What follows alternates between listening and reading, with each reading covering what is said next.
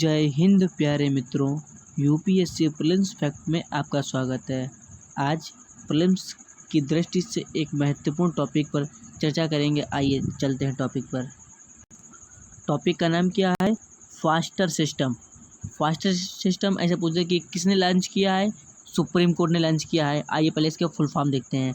Faster का full form क्या था? Fast and secure transmission of electronic records. यानी इलेक्ट्रॉनिक रिकॉर्ड्स को फास्ट एंड सिक्योर ट्रांसमिशन यानी भेजना, इलेक्ट्रॉनिक रिकॉर्ड्स को तेज़ी से भेजना और सुरक्षित तरीके से भेजना, ये उद्देश्य है। किस लिए लॉन्च किया है और किसने लॉन्च किया है? ये हाल ही में सुप्रीम कोर्ट ने एक बड़ा सुधार करते हुए अपने आदेशों के इलेक्ट्रॉनिक प्रसारण के लिए इस प्रणाली का शुभारंभ किया है। यह प्रणाली अनुच्छेद 21 क्या है? जीवन का अधिकार। जो अनुच्छेद 21 में क्या प्रावधान किया गया है? जीवन का अधिकार। इसके प्रभावी क्रियान्वयन को सुनिश्चित करेगा। और सुप्रीम कोर्ट ही क्यों इसका? क्योंकि आपको पता होगा कि अनुच्छेद 21 और अनुच्छेद 19 क्या है? अनुच्छेद 19 में क्या है? अभिव्यक्ति की स्वतंत्रता। और इसकी रक्षा करने के लिए सुप्रीम कोर्ट को दायित्व दिया गया। किस अनुच्छेद के तहत? तो अनुच्छेद 32 के तहत, आर्टिकल 32 के तहत सुप्रीम कोर्ट को मूल अधिकार का संरक्षक घोषित किया गया है। और आर्टिकल 226 के तहत हाई कोर्ट में आप अपील दायर कर सकते हैं। और आर्टिकल 32 के तहत सुप्रीम कोर्ट में आप अपील दायर कर सकते हैं अपने मूल अधिकार को बचाने के लिए। तो इसलिए सुप्रीम कोर्ट ने ये लॉन्च किया है कि मूल अधिकारों को प्रभावी क्रियान्वयन दिया। अनुच्छेद 21 मूल अधिकार।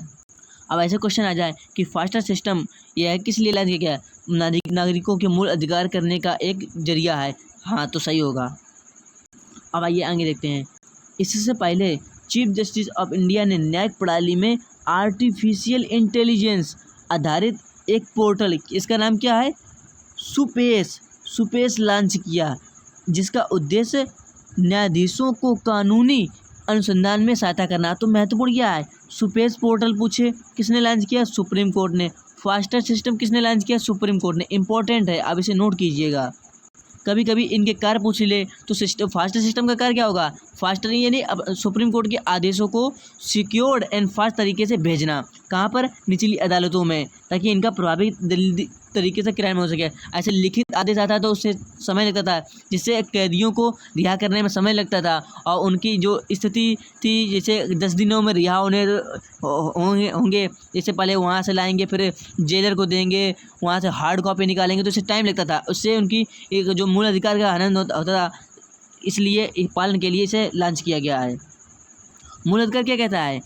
सुरक्षित एवं वहनीय तरीके से न्याय की पहुँच। तो इसके लिए सुप्रीम कोर्ट ने किया। और सुपेस पोर्टल पूछ दे, इसका कार्य क्या है? तो कानूनी सहायता प्रदान करना कानूनी अनुसंधान में। ऐसे कहते हैं कि सुप्रीम कोर्ट यह निर्णय करेगा, तो निर्णय नहीं करेगा। सुपेस पोर्टल निर्णय नहीं करेगा, सिर्फ न्यायाधीशों को अनुसंधान में सहायता प्रदान करेगा, निर्णय नहीं करेगा। नहीं, ऐसे ऑप्शन दे दे कि आर्टिफिशियल आधारित सुप्रीम कोर्ट का निर्णय करने का जरिया नहीं, निर्णय नहीं, सिर्फ सहायता प्रदान करेगा। अब आइए देखते हैं आगे। इस फास्टर सिस्टम के संदर्भ में एक सुरक्षित इलेक्ट्रॉनिक चैनल के माध्यम से, सुरक्षित और इलेक्ट्रॉनिक संचार चैनल के माध्यम से अनुपालन और उचित निष्पादन के लिए कर्तव्यधारकों को अंतरिम आदेश, स्थगन आदेश और जमानत आदेश कार्रवाई रिकॉर्ड के लिए ई प्रमाणित प्रतियों को प्रस्तुत करता है। जैसे तो आप कोई दस्तावेज आपको कम हो जाए या हो जाए तो हार्ड कॉपी ले जाने में टाइम लगता है। इससे केस में विलम्ब होगा, इससे केस को में विलम्ब भी नहीं होगा, क्योंकि इस माध्यम से आप जज के माध्यम से तुरंत भेज सकते हैं। इसलिए आपको हार्ड कॉपी की कोई जरूरत नहीं पड़ती। कोई भी आदेश, जैसे सुप्रीम कोर्ट ने कोई आदेश दिया अपने स्थानीय अदालत को कि ये कीजिए, तो आदेश यहाँ जारी किया, फिर हार्ड कॉपी छपते की भी, फिर यहाँ से डाक या स्पीड पोस्ट के माध्यम से इस अदालत में आती, तो इससे टाइम का, समय की बर्बादी होती थी और जो आदेश का प्रभावी क्रियान्वयन नहीं हो पाता था। इससे क्या होगा? आप सुप्रीम कोर्ट यहीं अपने इस पोर्टल, इस फास्टर सिस्टम के जरिए यहाँ से सीधे इस अदालत को या इस निचली अदालत को या नीचे भेज देगा कि इस कार्य को ये करना है, या इस फला आदमी को या फला टिका आदमी को ये इस तारीख को जमानत है, इस तारीख को पेशी है। तो इससे क्या होगा? तुरंत इसके बाद में आ जाएगा मैसेज, तो ये तुरंत क्रियान्वयन हो जाएगा। समझ रहे हो? इससे समय की बचत होगी। तो ये बचा समय अन्य कामों में लगाया जा सकेगा।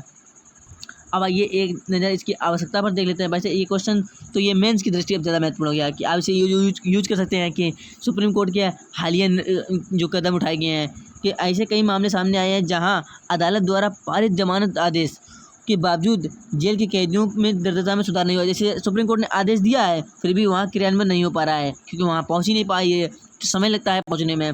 इसके लिए अदालत के आदेशों की कुशल प्रसारण हेतु सूचना एवं संचार प्रौद्योगिकी का उपयोग करने की आवश्यकता है। तो यहाँ पे एक क्वेश्चन बन सकेगा कि विज्ञान एवं प्रौद्योगिकी के विकास में टेक्नोलॉजी की भूमिका, ऐसे निबंध आ जाए विज्ञान एवं प्रौद्योगिकी विकास, राष्ट्र के विकास में विज्ञान एवं प्रौद्योगिकी की भूमिका। तो राष्ट्र के विकास में एक है न्यायिक सुधार, तो ये न्यायिक सुधार भी तो विज्ञान एवं प्रौद्योगिकी की भूमिका, ये भी नोट कर सकते हैं मेंस की दृष्टि से। या फिर आपने सुना होगा जो 10th में अक्सर निबंध आता था विज्ञान वरदान या अभिशाप, तो यहाँ विज्ञान एक वरदान का कार्य कर रहा है। क्यों? क्योंकि जल्दी से अगर क्रियान्वयन होगा तो गुड गवर्नेंस की स्थापना होगी जो सरकार का लक्ष्य होता है।